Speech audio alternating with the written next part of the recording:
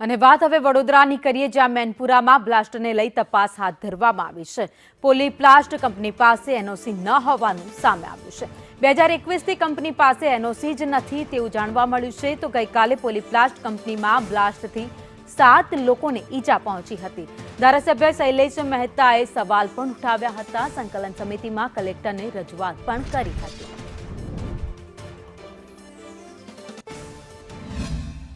તમે પૌધ હોસ્પિટલમાં બી જઈ શકો છો। તમે એચઆર મેનેજર છો, તમને ડિટેલ મળી તમે પોલીપ્લાસ્ટના એચઆર મેનેજર છો ને?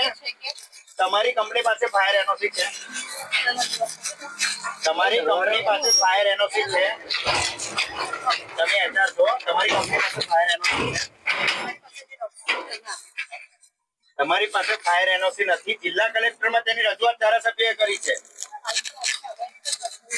જિલ્લામાં આજે સંકલનની મીટિંગ હતી, ધારાસભ્યએ રજૂઆત કરી છે। ફાયર એનઓસી કેમ નથી? ફાયર એનઓસી છે, ફાયર એનઓસી છે।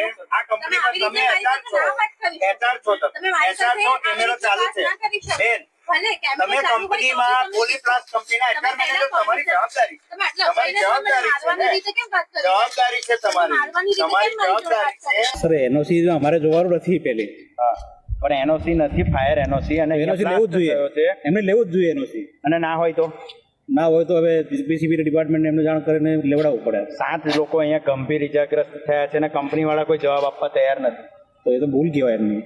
તો આપ શું કાર્યવાહી કરવાના છો? સાહેબ મારા હાથમાં નથી આ વસ્તુ, મારું આખું ડિપાર્ટમેન્ટ અલગ છે। પણ આપ શું કાર્યવાહી કરવા આવ્યા છો? શું કરવા આવ્યા છે? યુનિટ ચાલુ છે કે બંધ, એ જોવા માટે આવ્યા। યુનિટ બંધ છે તો બસ એમ નીકળી જાય અમારે। નહીં, આપ પૂછો ને, અંદર છે એચઆર ને બધા જ છે, અંદર જ છે, તમે જાઓ અંદર ને ઓકે, પૂછો, આગળ પૂછી સવાલ કરો। ફાયર એનઓસી છે નહીં, તપાસ તો એ તો કરો। લેવું જ પડે આપણે સાહેબ, લેવું હા, નિયમ પણ ફાયર એનઓસી નથી, તમે તપાસ કરો ને, એવું કહું છું કે પહેલી તો પ્રાયોરિટી એ જ હોવી જોઈએ કે ભાઈ કંપની પાસે ફાયર એનઓસી નથી તો શું પગલાં લેશે?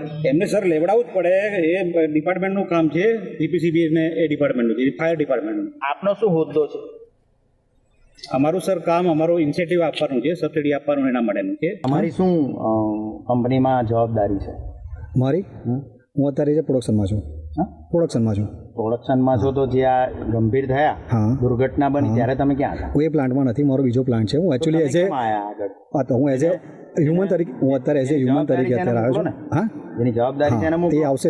અત્યારે તમે અત્યારે એક કામ કરજો, એના માટે મંડે ટ્યુઝડે તમે આવજો। મંડે ટ્યુઝડે તમને ફેક્ટરી ઓફિસર છે ને ત્યાં સુધી તમને મળી જશે। અંદર એચઆર છે, આ રહ્યા જો, આ બેન છે ને એચઆર છે, તો એમને કહો કે અમને જવાબ આપે અને કંપનીનું એનઓસી બતાવે, ફાયર એનઓસી। હું તમને એ જ કહું છું, ટેકનિકલ પર્સન નથી હું, તમને ખાલી કહેવા પ્રમાણે મંડે ટ્યુઝડે તમને મળી જશે। કેમેરાની સામે કેમ નથી આવતા? શું તમને મંડે ટ્યુઝડે તમને મળી જશે, કશું નથી।